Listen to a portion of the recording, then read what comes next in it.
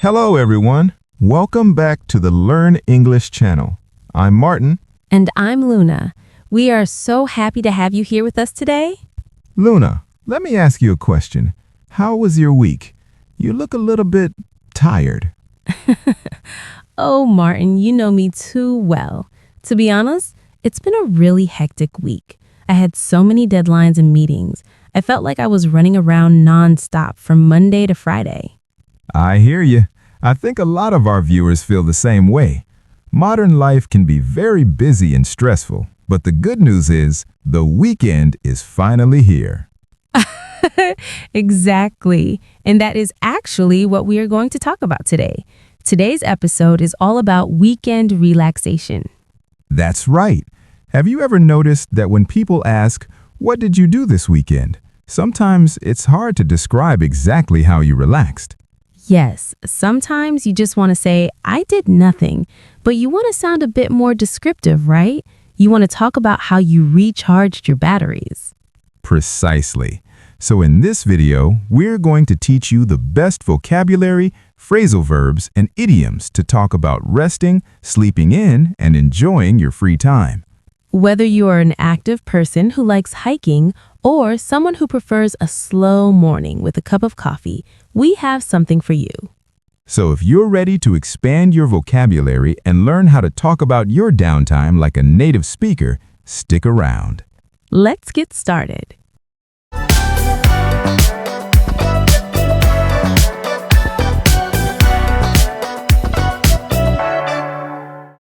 All right, Luna, let's talk about Saturday mornings. The work week is over. It's finally the weekend. What is the very first thing you do? Absolutely nothing. Nothing? Nothing. That is the best part. For me, the definition of a perfect weekend starts with sleeping in. Ah, sleeping in. That is a great phrasal verb.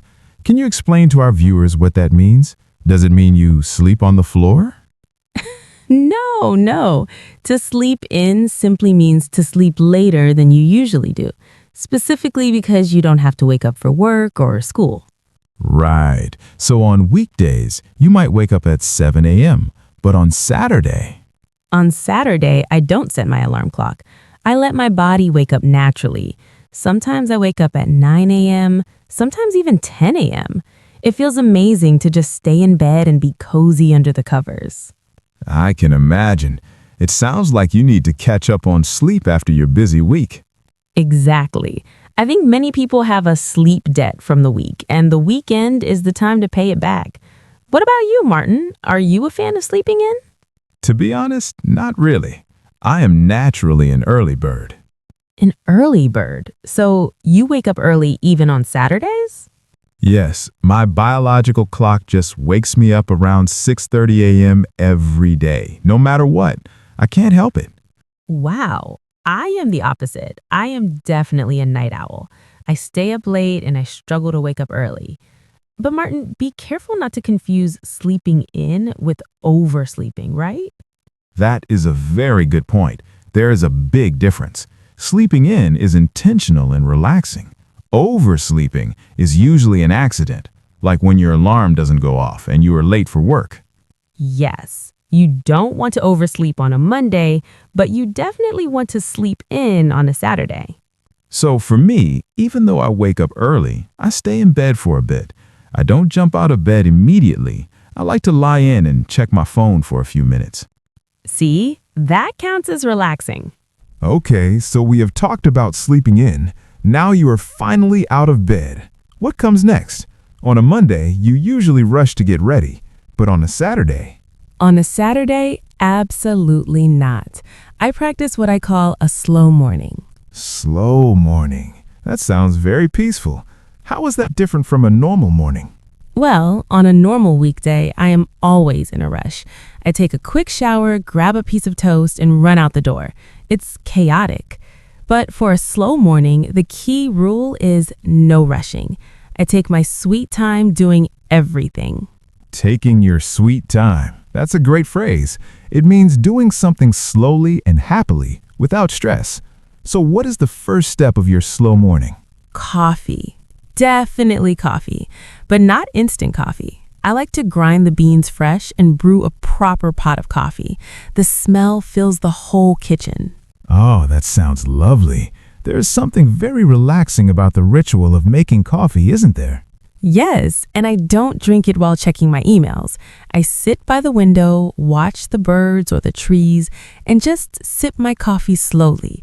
I try to be mindful and just enjoy the moment. That is a great way to de-stress. I do something similar, but usually with a book. I try to read a few chapters of a novel. It feels like a luxury because I never have time to read during the week. That's perfect. It's all about doing things that make you feel calm. Now, Martin, since we wake up late, what about food? Ah, the most important question.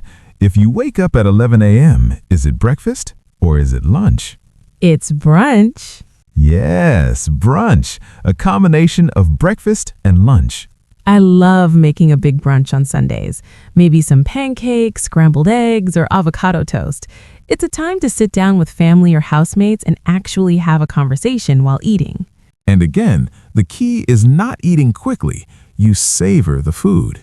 Exactly. To savor means to enjoy the taste completely. So a slow morning is about brewing coffee, eating a hearty brunch, and just existing without looking at the clock. It sounds like the perfect way to recharge before starting any activities. Okay, Luna, we have slept in, we have had our delicious brunch, but now I hate to be the bearer of bad news. Oh no, I know what you're going to say. Please don't say it. I have to. We have to talk about chores. Ugh, chores, the enemy of the weekend. But you are right. As adults, we can't just relax all weekend. If I don't clean my apartment on Saturday, my life will be a mess on Monday. Exactly. So let's explain this word to our viewers. Chores are the routine tasks you have to do to keep your house running. Things like cleaning, washing dishes, or vacuuming. And then there are errands. Right. What is the difference between chores and errands? Usually, chores are done inside the house.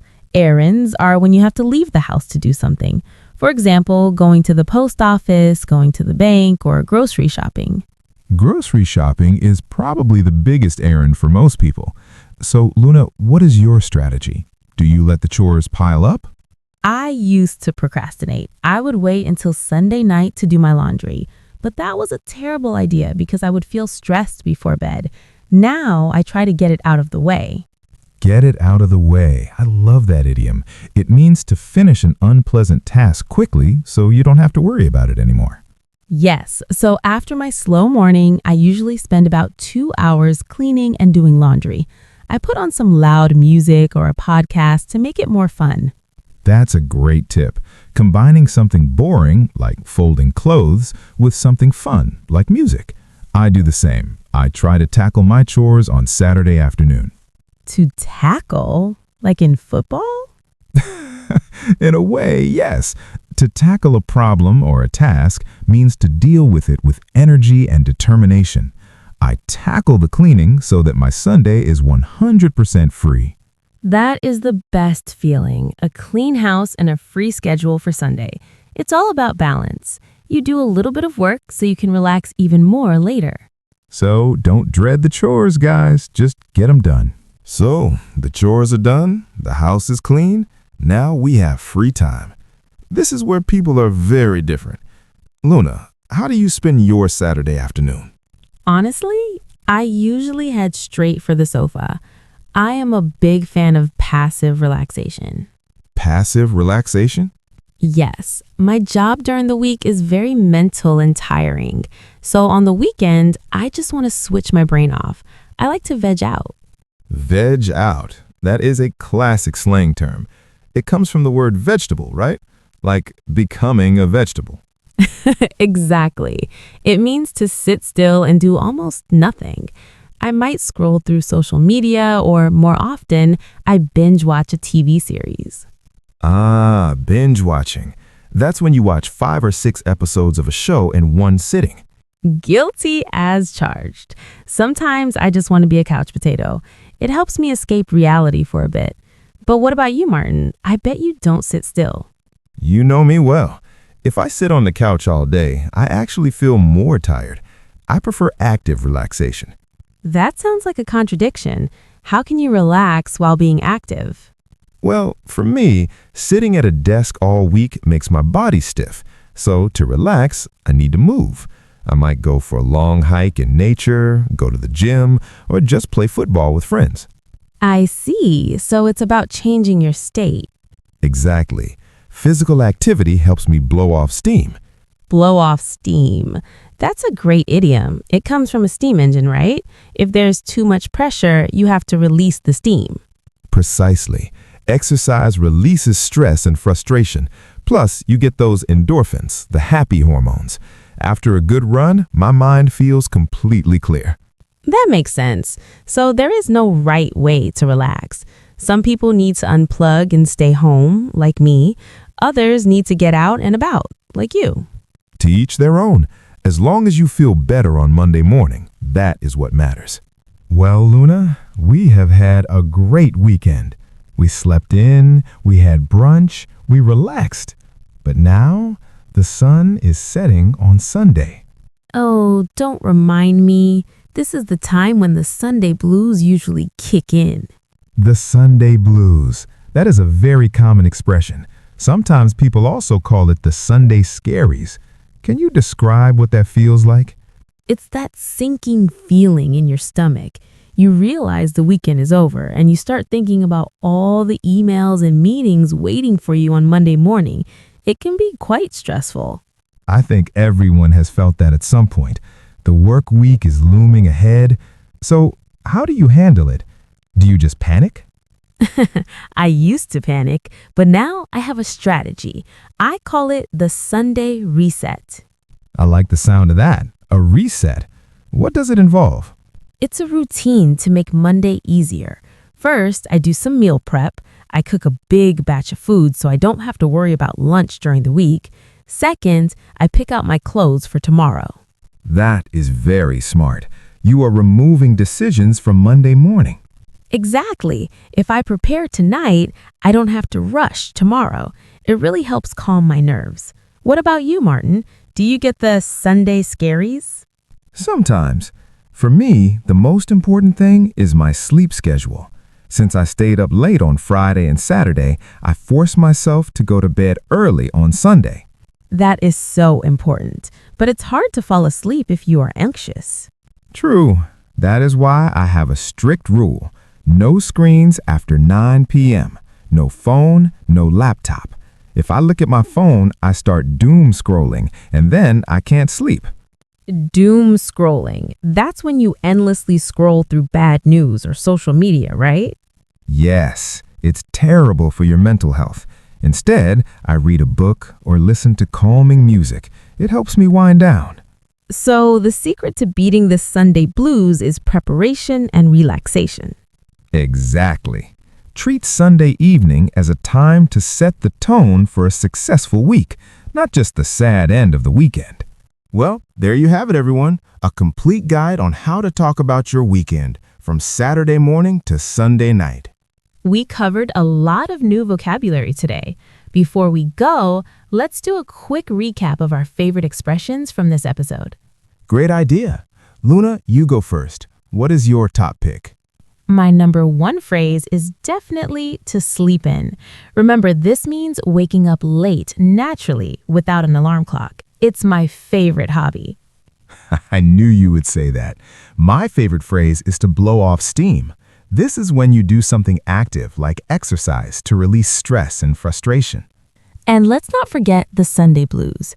If you feel anxious on Sunday night, remember to try a Sunday reset to prepare for the week ahead. Exactly. Now, we have a question for you. We want to hear from you in the comments section below. Question of the day. Are you on team active, like Martin, or team passive, like me? How do you prefer to recharge on the weekend? Do you go for a run or do you binge watch Netflix? Let us know. We love reading your answers. And if you found this video helpful, please give it a thumbs up and share it with a friend who is learning English. Don't forget to subscribe to the Learn English channel and hit the notification bell so you never miss a lesson. Thank you so much for watching, guys. We hope you have a wonderful, relaxing weekend. See you in the next video. Bye. Bye.